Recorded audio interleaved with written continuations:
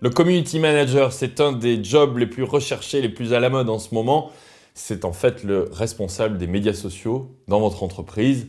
Moi, j'aime pas trop le terme de community manager parce qu'une communauté ne se manage pas, c'est plutôt elle qui vous manage. Mais si c'est le terme à la mode, allons-y. Un community manager, c'est une personne dont le rôle, c'est d'abord évidemment d'écouter. C'est-à-dire qu'elle va aller sur Facebook, sur Twitter, sur tous les médias sociaux, sur YouTube et voir ce qui se dit de votre entreprise en passant sa journée à tout simplement lire tout ce qu'on peut dire sur elle. C'est aussi évidemment une personne qui va publier avec parfois un niveau de précision incroyable. Vous avez des entreprises qui ont un calendrier de programmation. On programme les mises à jour sur Facebook et sur Twitter.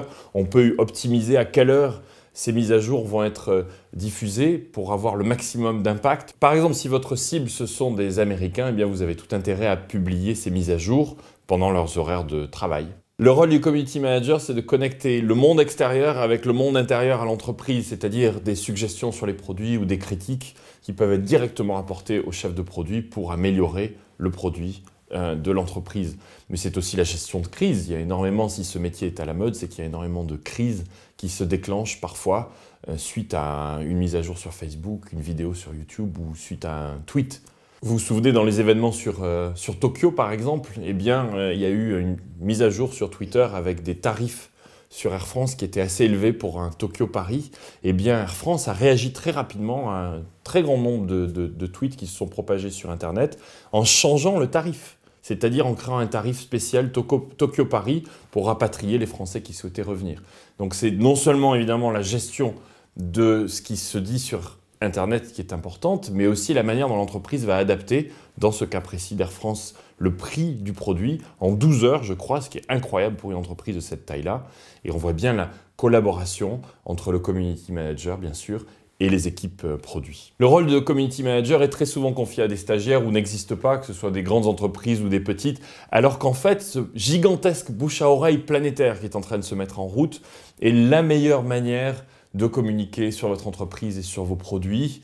Les budgets qui sont souvent investis dans des campagnes de publicité, si vous êtes une PME, vous achetez peut-être une page de publicité ou de relations presse, sont démesurés par rapport à celui qui peut être investi sur les réseaux sociaux. Je vous recommande vraiment d'investir, d'avoir une personne dédiée, c'est un excellent investissement et le mieux c'est de l'avoir en interne bien entendu. Ce qui ne veut pas dire que vous ne devriez pas travailler avec des agences ou avec des sous-traitants qui vont vous aider à gérer ce flux, parce que souvent il y en a beaucoup, souvent c'est 24 heures sur 24, donc c'est difficile à gérer.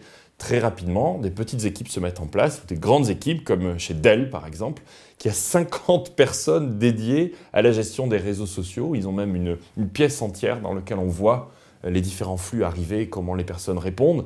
Le patron de l'entreprise les gère lui-même, et à tel point qu'il y a une formation qui s'est mise en place pour l'ensemble des collaborateurs de l'entreprise, pour qu'ils comprennent et qu'ils soient capables même de partager. C'est vraiment l'idéal d'ailleurs. L'idéal, c'est probablement qu'il n'y ait même pas de community manager, mais que toute l'entreprise soit formée pour être capable de lire, d'écouter et de changer l'entreprise en temps réel. Évidemment, c'est difficile de gérer tous ces flux pour un community manager ou pour un collaborateur qui s'y intéresse. J'ai dédié l'épisode suivant sur les outils et notamment celui de Sysmic que j'ai créé.